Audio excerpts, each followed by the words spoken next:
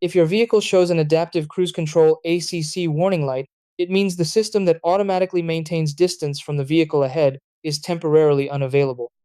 ACC relies on sensors like front radar and windshield cameras to monitor traffic and adjust your speed.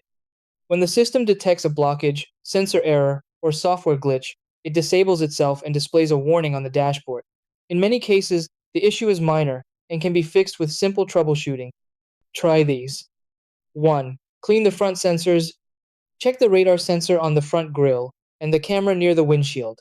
Remove dirt, snow, ice, or debris using a soft cloth. 2. Restart the vehicle. Turn off the engine completely, wait about 2 to 3 minutes, then start the car again to clear temporary system errors. 3. Check the windshield and grille area. Ensure there are no stickers, cracks, or tint blocking the camera's view. 4. Drive the vehicle for recalibration. Drive above 20 to 30 miles per hour for several minutes so the system can recalibrate the sensors. 5. Scan for diagnostic codes if the warning stays on.